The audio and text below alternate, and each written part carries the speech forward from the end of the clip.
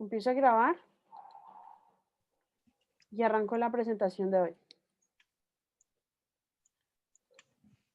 Bueno, entonces para la clase de hoy tenemos un quiz 2, ya acabamos de ver, lo resolvieron, ya hicimos el feedback, una introducción, algunos aspectos sintácticos que tenemos que revisar, la parte de métodos y los ejercicios.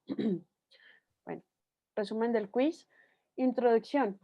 Pues sabemos que existen algo que se llaman las estructuras de control, como los condicionales o las repetitivas, que lo que sirven es cortar la secuencia de cómo se ejecuta un programa. Porque si no tenemos estructuras de control, el programa siempre va a hacer una instrucción, luego otra instrucción, luego otra instrucción y así en adelante. Pero no siempre queremos esta secuencia, queremos que haya variaciones en la secuencia. El tercer elemento que nos permite cortar la secuencia de instrucciones se llama una función o procedimiento que en Java les decimos métodos. Es decir, si yo tengo un paso 1 y ocurre algo que se llama la llamada a un método, entonces el programa se corta en ese punto y empieza y se pasa el control al cuerpo del método.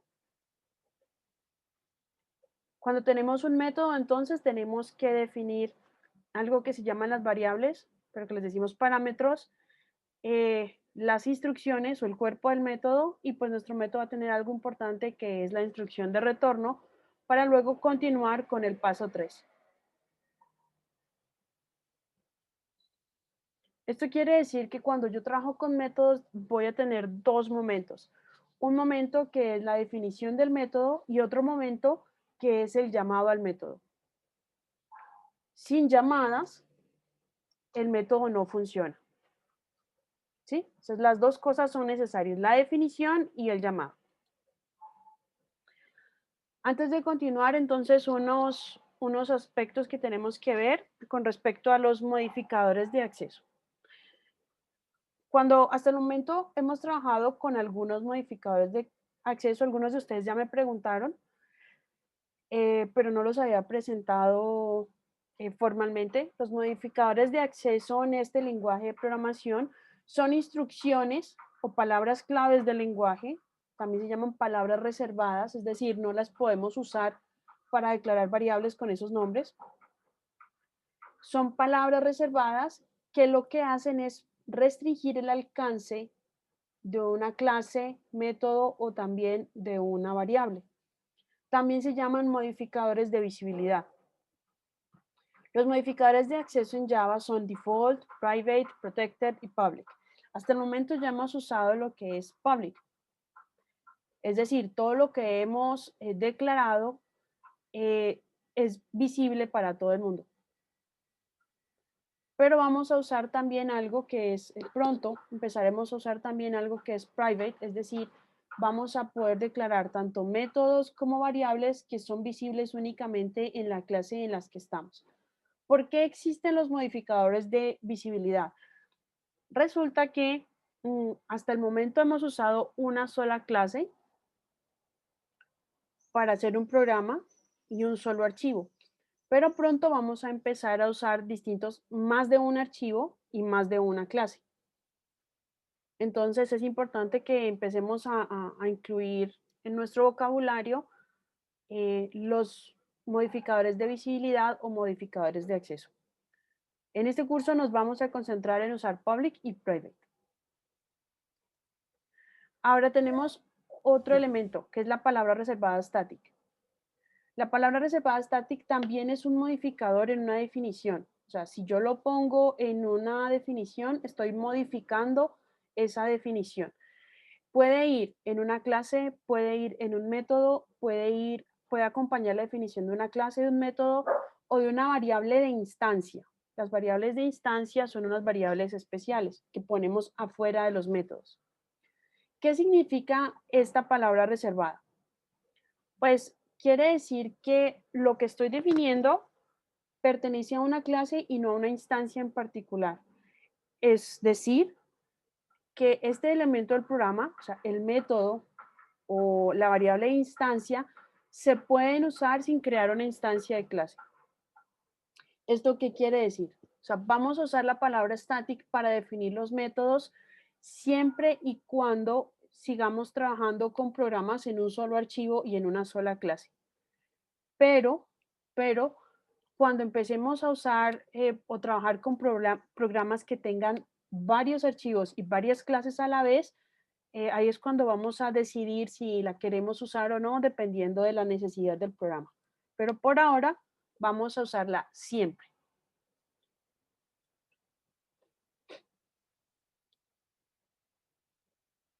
Bueno, ejemplos de cómo usamos, de dónde hemos usado estos modificadores.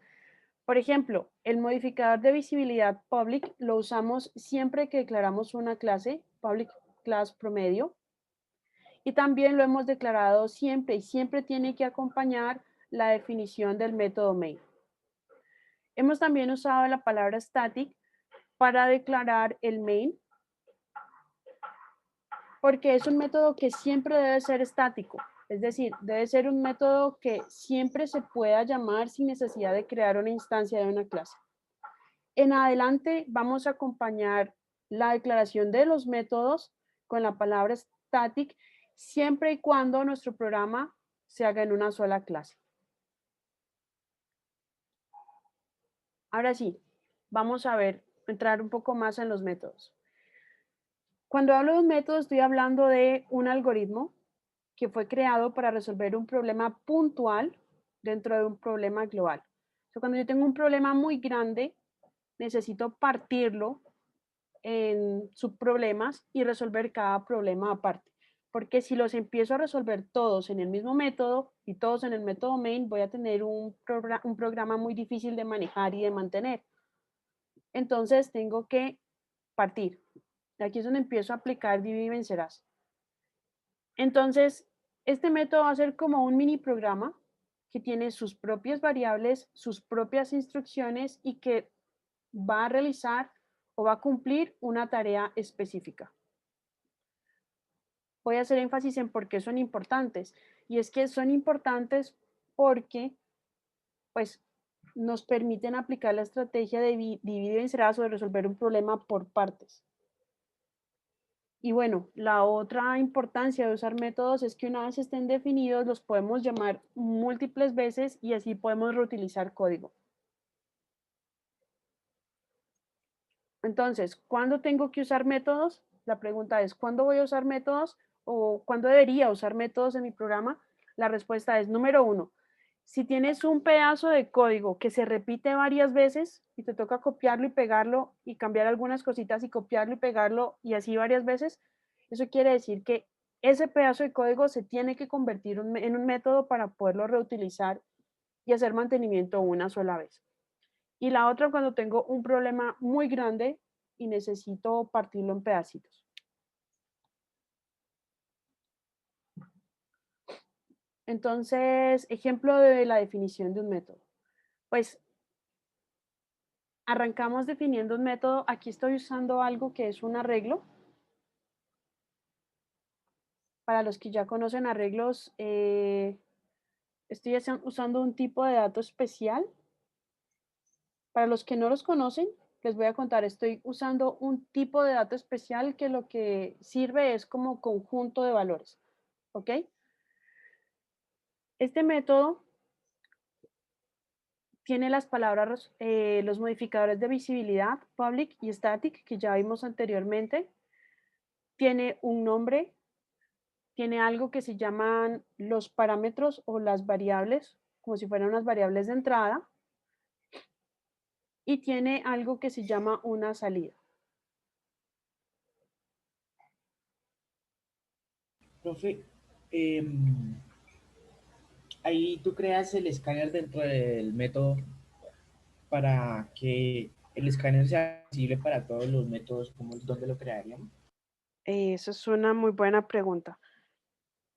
Y antes de continuar, quiero hacer aclaración de una cosa. Hay un concepto en programación que se llama el alcance. El alcance se refiere al espacio de código en el cual una variable existe o no existe. Ejemplo de la vida real. Suponga que usted tenemos todos una compañera que se llama María Valentina, ¿cierto? Solamente pensemos en su nombre, no en su apellido. María Valentina, si ustedes dicen, ¿conoces a María Valentina? Cuál María Valentina? Pues la de algoritmos. Ah, sí, yo conozco a Valentina, la de algoritmos. ¿Sí? Entonces el nombre Valentina tiene un valor y un significado dentro del curso de algoritmos, pero probablemente ustedes conocen otras Valentinas en otros cursos. Y hay que preguntar, y si dicen, ¿vino Valentina? ¿Cuál Valentina? ¿O viste a Valentina? Me dice, ¿cuál Valentina? La de algoritmos. Ah, sí vino. O la de álgebra. Ah, no, ella no vino, por ejemplo. O no he hablado con ella o no la conozco, etcétera. Lo mismo pasa con las variables. Las variables en realidad son nombres que están ligados a un valor o a un espacio de memoria. Y tienen algo que se llama el alcance. El alcance es el pedacito del código en el que tiene sentido referirse a esas variables. Entonces, cuando declaramos una variable, como por ejemplo aquí, SC es un lector y es un nombre que está relacionado a un objeto de tipo lector, cuando está declarado dentro del método, no se puede usar por fuera del método. Y lo mismo la variable number. Si está declarada dentro del método, no se puede usar por fuera del método, o si se usa, no significa lo mismo.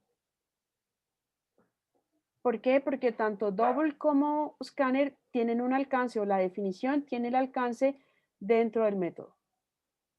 Si yo quiero que, bueno, esto quiere decir que tanto number como double son variables locales.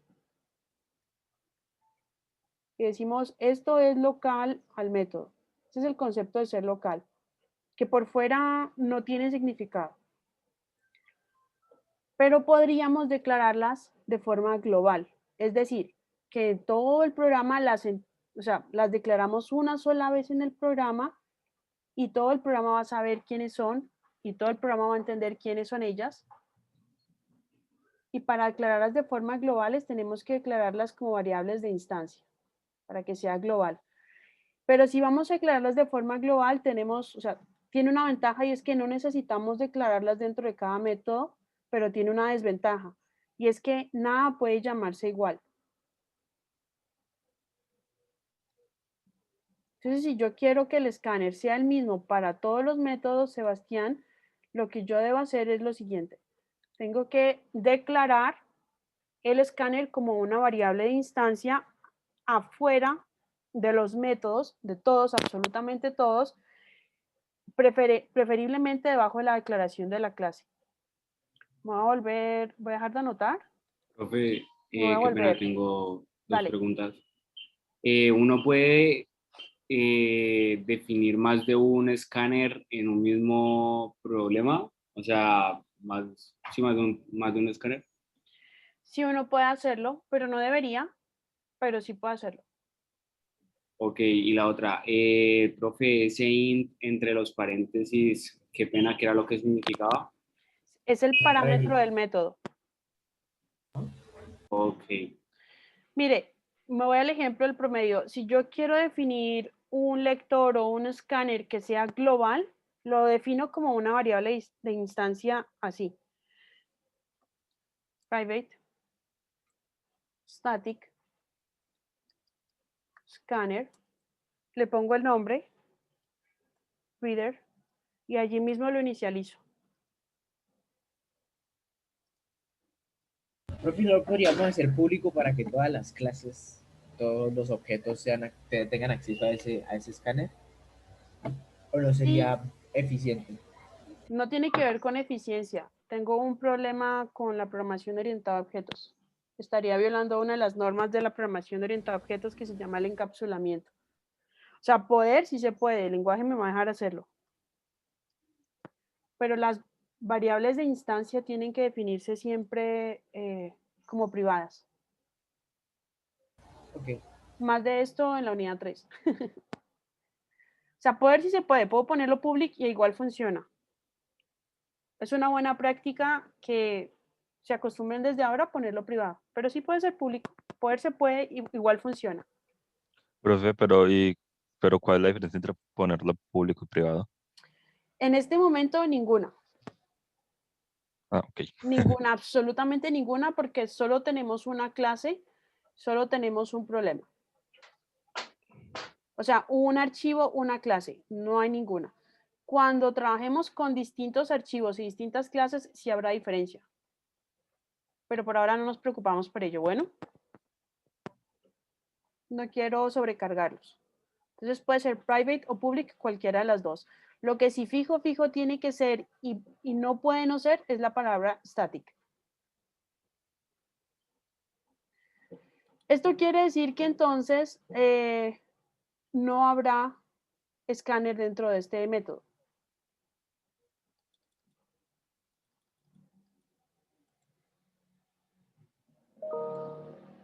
Profe, porque ahí cuando defines el escáner coloca system.io.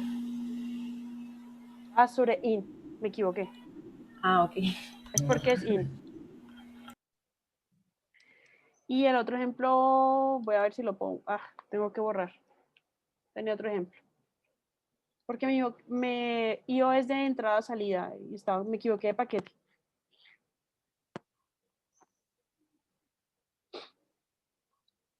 Acá hay otro ejemplo. Aquí hay una variable de instancia que es constante.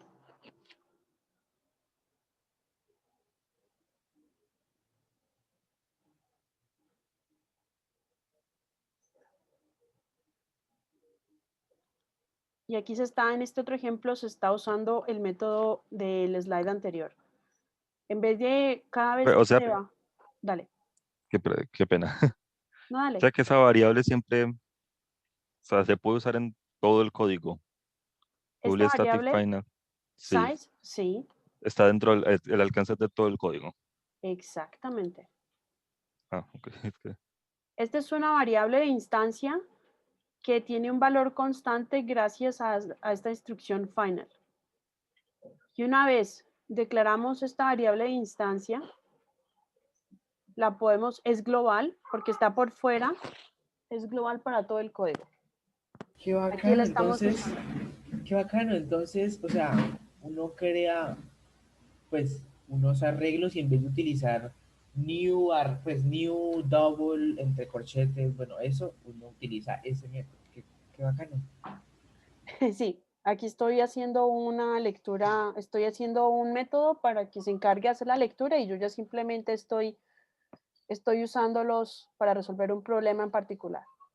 Profe, pero eso no, o sea, no haría conflicto con, o sea, con las variables, o sea, con el tipo de variable que tiene el arreglo. No, para nada. No hay conflicto, ¿por qué? No hay conflicto porque tengo que parar la anotación. Sebastián, no hay conflicto porque una vez yo digo este método retorna algo de tipo double, algo de tipo arreglo double, entonces siempre y cuando la variable que esté a este lado sea también un arreglo double, pues no va a haber problema. Pero, o sea, tú el método lo creaste con double. Uh-huh. Ah, ok, ok. Profe, una preguntita. ¿Tú nos vas a enseñar a hacer arreglos? Hoy no, la próxima semana, pero sí les voy a enseñar a hacer arreglos. Ah, listo. Sino que el ejemplo se me fue con arreglos. Pero sí, la próxima semana, o sea, para hoy tenían que leer sobre métodos. Sebastián, tienes la manito levantada. ¿Quieres hacer una pregunta? No, profe, me quedó levantada. Listo. Bueno, cuando se usan métodos hay dos momentos, la definición y el llamado. Entonces, la definición. ¿Cómo se define un método en Java? Primero, un método tiene partes. Tiene lo que son los modificadores, el tipo de retorno, el nombre del método, la lista de parámetros y el cuerpo del método. Esas son las partes que tenemos que ponerle al método. El modificador de acceso son las palabras clave que definen, pues, que se usan para definir los bloques y vamos a decir quién tiene acceso al método. Entonces vamos a usar por ahora siempre dos modificadores. Por ahora, en adelante esto puede cambiar. Las palabras reservadas public y static. El tipo de retorno es el tipo de dato. Aquí va a estar el tipo de retorno. Es el tipo de dato del valor que se retorna en un método. Cuando un método no tiene retorno, se usa una palabra reservada. Esta palabra reservada es void. Entonces, ¿dónde están? Aquí van a estar los modificadores y aquí está el tipo.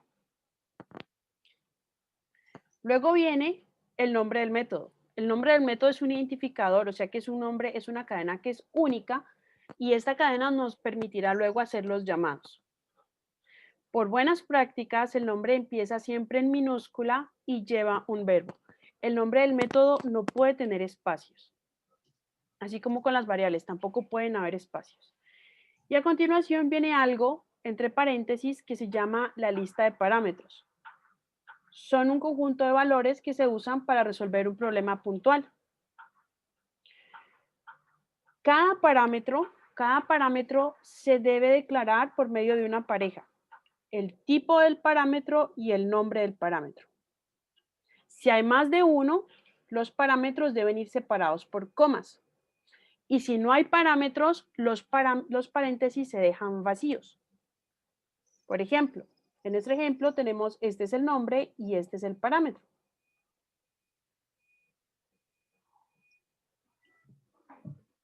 Ahora viene lo siguiente, que es el cuerpo del método. El cuerpo del método como tal es un bloque de instrucciones. En estas instrucciones representan el algoritmo que permite pues, resolver el problema puntual. Este cuerpo tiene que estar encerrado en llaves. Una llave que abre y otra llave que cierra. Aquí tenemos el cuerpo del método.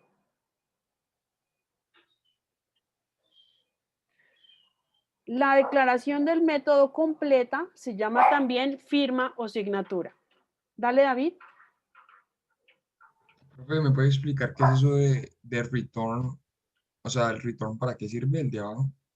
Este return de acá es la instrucción de retorno. Un método tiene instrucción de retorno cuando el método produce un valor. Cuando no lo tiene, entonces el método no tiene la instrucción return. O sea A que ver, literalmente lo extrae el valor del resultado. la instrucción de retorno o poner la instrucción de retorno en método implica que aquí hay un tipo de dato y con esto estoy queriendo decir lo siguiente. Cuando este conjunto de instrucciones termina, voy a producir un valor que se puede guardar en alguna variable o que puede servir como parámetro para otra operación o que puede ser operador de otra operación. Eso es lo que va a devolver el método cuando se acaba, o sea, cuando se acaba el método, eso es lo que va a devolver y es el valor que va a tomar el método para la instrucción que lo esté utilizando. Gracias. Pero acuérdense que esta instrucción de aquí es opcional. Es posible que yo escriba la palabra void. Es decir, no voy a tener una instrucción final con retorno. Porque existen dos tipos de métodos. Los métodos que tienen retorno y los métodos que no tienen retorno.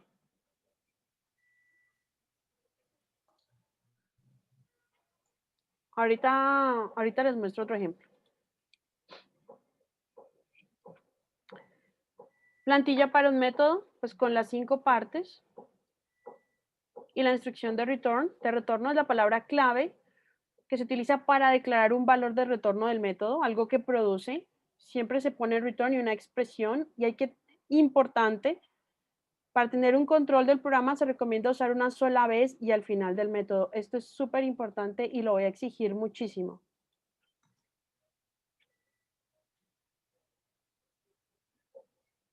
Un método debe tener una sola instrucción de return, una sola instrucción de retorno, no puede tener varios return.